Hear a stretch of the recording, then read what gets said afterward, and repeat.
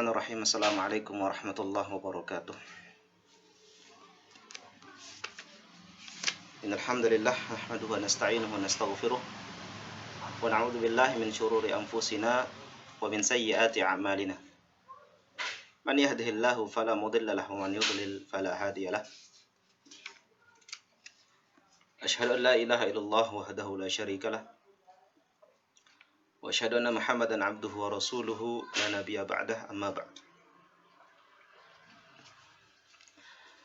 Ikhwati fillah wa tullabi rahimani wa rahimakumullah. Tak lupa kita selalu bersyukur pada Allah Subhanahu wa taala atas segala nikmat yang telah diberikan kepada kita semua.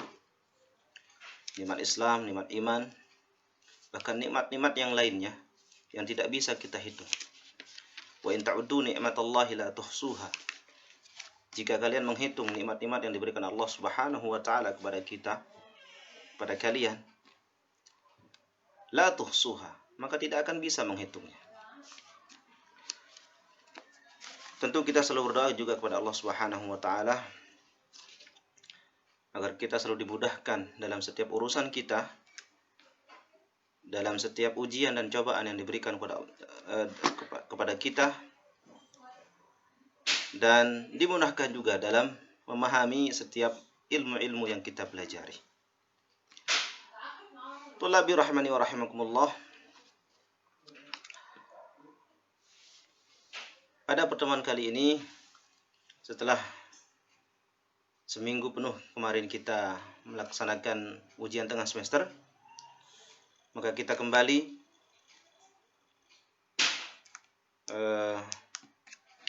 akan membahas materi-materi yang ada di kitab Sirah Nabawiyah, yang pada kali ini insyaallah kita akan membahas mengenai peristiwa bagaimana Nabi SAW bertemu dengan seorang pendeta Bahira. Qala Syekh rahimahullah, lamma balagha Rasulullah sallallahu alaihi wasallam 12 sanatan irtahala bihi Abu Talib tajiran ila Syam. Ketika Rasulullah sallallahu alaihi wasallam berumur 12 tahun saat itu, irtahala bihi Abu Talib. Abu Talib, paman Rasulullah, membawanya melakukan perjalanan tajiran ila Syam, perjalanan dagang ke Syam. Awalnya memang Abu Talib tidak akan membawa Nabi ikut serta dalam melakukan perdagangan ke kota Syam. Namun ketika akan berangkat, Abu Talib merasa khawatir terhadap Nabi Muhammad. Beliau tidak ingin meninggalkan Nabi Muhammad sendirian di kota Makkah tanpa penjagaan dari Abu Talib. Akhirnya beliau diajak oleh Abu Talib ikut melaksanakan perjalanan dagang ke Syam. Hatta wasala ila Busrah. Singkat cerita, ketika beliau sampai di Busrah, kota kecil di Suriah Selatan, wa kana fi hadzal balad rahibun urifa bi Bahira. Dan di daerah tersebut, di kota tersebut, ada seorang pendeta yang tinggal di situ, di sebuah kuil, urifa bi Bahira, yang dikenal dengan sebutan dengan Bahira. Falamma nazala ar-rukbu kharaja ilaihim. Lalu ketika rombongan dagang Quraisy ini singgah di sekitaran kuil tersebut, kharaja ilaihim, lalu keluarlah pendeta ini, keluar menuju menghampiri mereka. Wa kana la yakhruju ilaihim qabla dhalik. Dan pendeta ini tidak pernah keluar dari kuilnya untuk menghampiri sebuah rombongan.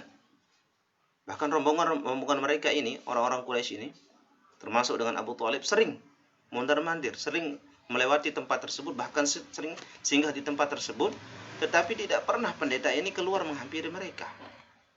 Namun entah kenapa saat itu pendeta ini tiba-tiba keluar dan menghampiri mereka.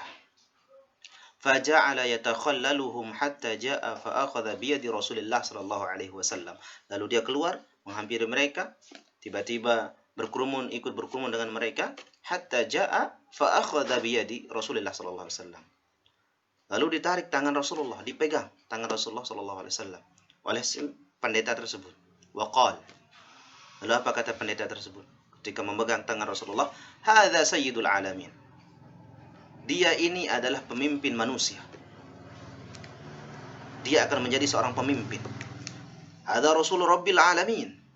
Dan dia akan juga menjadi utusan Tuhan. Hadza yab'atsuhu Allahu rahmatan lil alamin. Dan dia nantinya akan diutus oleh Allah Subhanahu wa taala sebagai pembawa rahmat bagi seluruh alam. Tentu orang-orang Quraisy, bahkan pamannya Abu Thalib terheran-heran, kaget.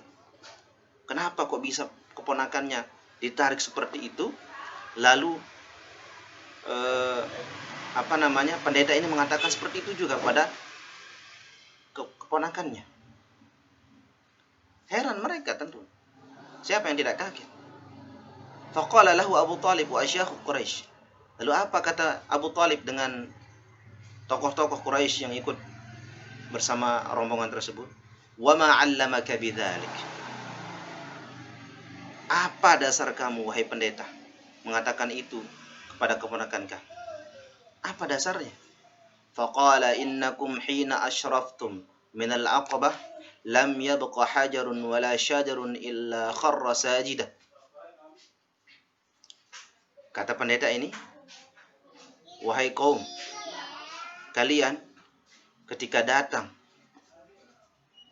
dari Aqabah, ini tempat sebuah lembah di mana Rasulullah nantinya akan melaksanakan pembaiatan di situ atau di sekitaran kota Ka'bah, di sekitaran kota Makkah, afwan. Jadi ketika kalian datang dari Aqabah tersebut, dari Makkah maksudnya, tidak ada batu, tidak ada pohon, kecuali semuanya bersujud kepada anak ini. Artinya mereka tunduk. Batu, bebatuan, pepohonan tunduk semua kepada Nabi Muhammad sallallahu alaihi wasallam. Wala yasjudani illa lin nabi. Dan bebatuan tersebut, pepohonan tersebut tidak mungkin akan tunduk bersujud kecuali hanya kepada Nabi. Wa inni a'rifuhu bi khatamin nubuwah asfala min gudrufi katifihi mithlu tuffahah. Dan saya mengetahuinya jelas. Saya mengetahuinya jelas dari tanda-tandanya yang lain. Apa tandanya yang lain? Ada tanda kenabian di bawah pundaknya. Di bawah pundaknya seperti buah apel. Itu adalah tanda kenabian dari anak ini. Wa inna najiduhu fi kutubina. Dan kami mengetahui hal-hal seperti ini dari tanda kenabian, dari tanda kedatangan seorang nabi dari kitab kami. Karena sudah diceritakan di kitab mereka. Kitab-kitab orang Nasrani. Dia tahu bahwa akan datang nabi pada umur 12 tahun dengan rombongan untuk berdagang ke Syam. Tahu dia. Sudah diceritakan dalam kitab mereka. Thumma akramahum bid-dhiyafah. Lalu setelah itu, setelah lama berbincang dengan orang-orang Quraisy dan pamannya, mereka diajak untuk bertamu ke rumahnya. Dimuliakan mereka, disuguhkan makanan, disuguhkan minuman oleh pendeta tersebut. Wa talaba min Abi Thalib an yaruddahu. Lalu setelah lama berbincang-bincang di dalam rumahnya pendeta tersebut, pendeta ini meminta kepada Abu Thalib untuk mengembalikan anak tersebut. Artinya dikembalikan ke kota Makkah, tidak diajak ke kota Syam. Wala yaqdumu bihi ila Syam, dan tidak dibawa ke Syam. Tidak dibawa Nabi Muhammad ke Syam. lebih baik diminta untuk mengembalikan dia untuk kota Makkah. Khaufan alaihi minar Rumi wal Yahud. Khawatir. Pendeta ini takut, khawatir terhadap pasukan Romawi dan orang-orang Yahudi yang sudah menunggu. Orang Romawi dan Yahudi sudah menunggu kedatangan calon nabi tersebut. Mereka sudah tahu semua. Dan mereka tidak ingin ada nabi dari kota Makkah. Faba'athahu ammuhu ma'a ba'di gilmanihi ila Makkah. Lalu setelah itu Abu Talib mengirim Rasulullah SAW dan beberapa anak ke kota Makkah. Dikembalikan Rasulullah. Tidak jadi beliau ke kota Syam. Maka beliau selamat dari orang-orang Romawi dan orang-orang Yahudi. Maka itulah kisah Nabi SAW ketika beliau bertemu dengan seorang pendeta, yang mana pendeta ini sangat-sangat tahu betul kalau beliau adalah seorang nabi, utusan Allah Subhanahu wa taala, utusan akhir zaman. Beliaulah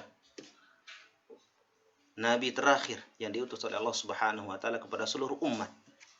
Dari tanda-tandanya, dari tanda kenabiannya, dari tanda beliau datang dan bersama siapa, semua ditanyakan kepada Abu Talib oleh pendeta tersebut, dan semua dibenarkan oleh Abu Talib. Maka benar dan yakin bahwa anak ini adalah Rasul, seorang nabi terakhir.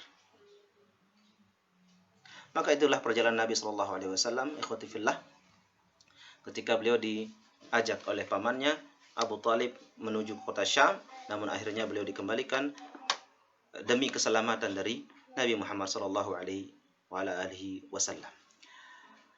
Hadza wallahu ta'ala a'la wa a'lam. Subhanakallahumma wa bihamdik, asyhadu an la ilaha illa anta, astaghfiruka wa atubu ilaik. Assalamualaikum warahmatullahi wabarakatuh.